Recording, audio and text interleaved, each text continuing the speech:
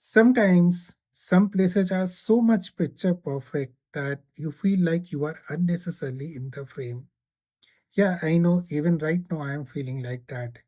But what if person like me who is staying in a concrete jungle comes to a natural place which looks amazing, mesmerizing and feels like heaven? And out of blue, a thought comes to my mind like, why can't I stay here forever?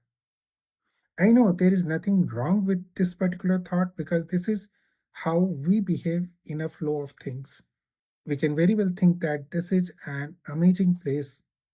Why can't I stay here forever? But what if I decide to do so just by looking at this place? I leave everything I have in my concrete jungle and decide to come and stay over here. I am sure most of you will say that I am being stupid. I mean, you have just come here, you have just looked at thing. Of course, it looks amazing, natural, mesmerizing, but it's a totally different ball game to leave everything and come here. You have to judge things, like you have to weigh things. In the concrete jungle, you have accessibility, you get things, just by click on our app. You have medical facilities. Here, of course, you get clean air to breathe, but medical facilities are miles apart. You will not get everything just by clicking on an app. Now, I'm not saying one place is good and another place is bad.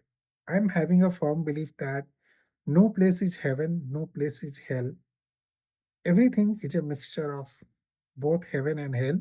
Of course, based on your perspective, at some places you will find more heavenly things than hellish things. But this is something I have to judge. I cannot just come here and see, oh wow, it looks good, decide to stay here. And I know it will be totally stupid at my part to think something like this. Why I am talking about this particular thing? Because this is something what we are doing in our tech industry. Yeah, I am talking about AI, the artificial intelligence. When you look at AI, it feels amazing. It's mesmerizing. It do things like anything, especially the demo part. Look, I came here as a demo, right? And the demo is amazing. And by nature and virtue of demos are generally mesmerizing and amazing. Same with AI. When we see AI demo, it's amazing, it's mesmerizing, and we feel that we can leave everything means the other part of AI, which is actual intelligence, leave actual intelligence, go to artificial intelligence, that too completely, as if this artificial intelligence is a heaven and actual intelligence was hellish. I'm not exaggerating, I'm sorry, this is how things are happening. People are looking at demo and just deciding to do, like, okay, yeah, wow, we are gonna do AI. I'm still to see, very seriously, I'm still to see a database built by AI, a compiler built by AI, operating system built by AI, an application built by AI, a new kind of inter-process, inter-memory, inter-machine communication that is being created by AI. I'm not saying that AI may not be capable of doing that, it may very well be, but I haven't seen any success stories as yet. And the viral advertisement you see, they are just like, viral things goes away, fade away in the memory. You remember few days back, some people claim that within 10 days or something, uh, Anthropic created a C++ compiler in Rust. Where is that? Who is using that? This AI thing is totally indeterministic in nature. It will give you different answer for the same question if you ask it twice. Because this is how the technology is built on. This is not a bug. It's the feature of AI. And why I find it weird, because in my 25 years of experience of creating software, I was always working on creating deterministic software behavior. And anything that was not deterministic was considered as a problem, and it should be, because you know if you don't know the behavior of your software, it's a problem, and it was a problem. All my life I was trying to build software which is having a deterministic behavior. Now I am trying to use AI which itself is indeterministic in nature. And that too with so much of confidence that I feel amazed about it. More of these things is about peer pressure. If you do not talk about AI, people think you are illiterate. You are not running a company, you are running a grocery shop if you are not using an AI. You go to any party, any CXOs you are talking to, they have to talk about AI. It has created so much pressure in the minds that people will have to say that, yeah, I'm betting big on AI, I'm removing this because of AI, I'm getting lots of things because of AI, so that you can get the claps. Claps are cheap, and I'm always worried about the claps I'm getting from the people who are neither a stakeholder nor gonna get anything or lose anything because of whatever happened with whatever I'm saying or whatever I'm doing. Those kind of claps we will get any place, anytime. Not a problem. Many people today fear that if they don't talk about AI, you will be left behind. I'll tell you one of my own example. Yeah, one person came and talked to me that, look, we'll get an AI model, we're gonna train them and do lots of things. I know people do optimize things with RAG, LoRa, quantization, and many other things where you can tune a few weights. But I decided to let the person know that once the AI model is released, the model is frozen. You can't do anything about it. And whatever else you do, for example, RAG, you build everything a vector database setup on your own, and you are sending the AI based on the search output of your vector database. LoRa is someplace where superimpose the weights, but you are not changing anything in the model. And the person told me that you are not selling me what I want, and I'm gonna go and talk to someone else who can train the model for me. And I was shell shocked.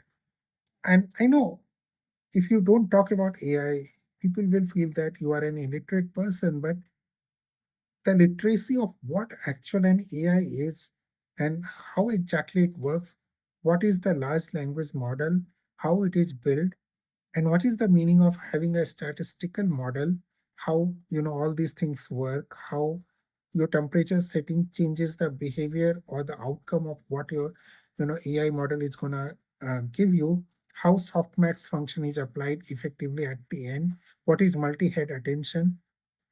I was really surprised to know that people are not even having an iota of idea about these things. I'm not saying all, most of the people who are going to decide on to using or not using the AI. So coming back to my first point, which I said, if I just look at the demo and decide that I get rid of my actual intelligence because I need artificial intelligence given to me, I am not going to do that. I don't worry about how people think about me and what is their opinion or perception about me, because I know I am responsible for my product. I am responsible for the people working with me. I will have to take a rational, justified decision. And as I said, there is no perfect heaven or hell between artificial intelligence and actual intelligence. I am not saying that you don't look at artificial intelligence. It's a very good technology. It's a indeterministic output technology, but many a times you need indeterministic output to be able to do some good things, some better things, some random things, or doing things in a novel way. Let's do that. But judge it, just like you are asking me to judge whether I should stay here, leave everything just by looking at the demo, or I should judge it carefully. What amount of actual intelligence I need, what amount of artificial intelligence I need. Based on your area of work, maybe you will find more heavenly things in artificial intelligence than actual intelligence, or vice versa. Also, you may find more heavenly things in actual intelligence than artificial intelligence, but think about it, talk about it, judge it. Don't just follow whatever people are saying. You are responsible for your own product, your own company, your own people. Think carefully, apply your own actual intelligence. Don't take any decision because of the peer pressure. And for God's sake, take the statements coming out of these CXOs with a pinch of salt. Look, if I'm having an agreement with some company and I have some I have some money to raise from the company. I will do everything at my disposal to raise that particular money or to get that particular money, even if that money is few hundred thousands. But when billions are at stake, where somebody needs to get the billions, you look at the statement coming out of those people and look at the amount of billions that those people need, and then apply your own brain. Don't do anything for immediate claps. That's one of the mistakes many of us do. I did that, and I paid a huge price for that. Okay, and to some extent, I'm still paying the price for that. That's why I'm very very careful that I will not do to get some clubs. Okay, they will come and go. I will do things for which I am responsible for. I will do things which is good for the company with whom I am working. I'll do things which is good for the clients I am working. I'll do things which is good for the product I am working. Whether you want to go this side or that side, take a rational decision. Think about it. Apply your own actual intelligence before taking a call. And if you do that, the chances of you being successful will be much higher. And I am sure that at least some part of this video must have resonated with you. Let me know if you want to talk to me to understand a different, totally different and rational perspective of whether you are doing things right or the way you should go ahead with whatever things that are coming. Thank you all. Thanks for watching. We will meet again. Until the next time we meet, good day, goodbye. You take care.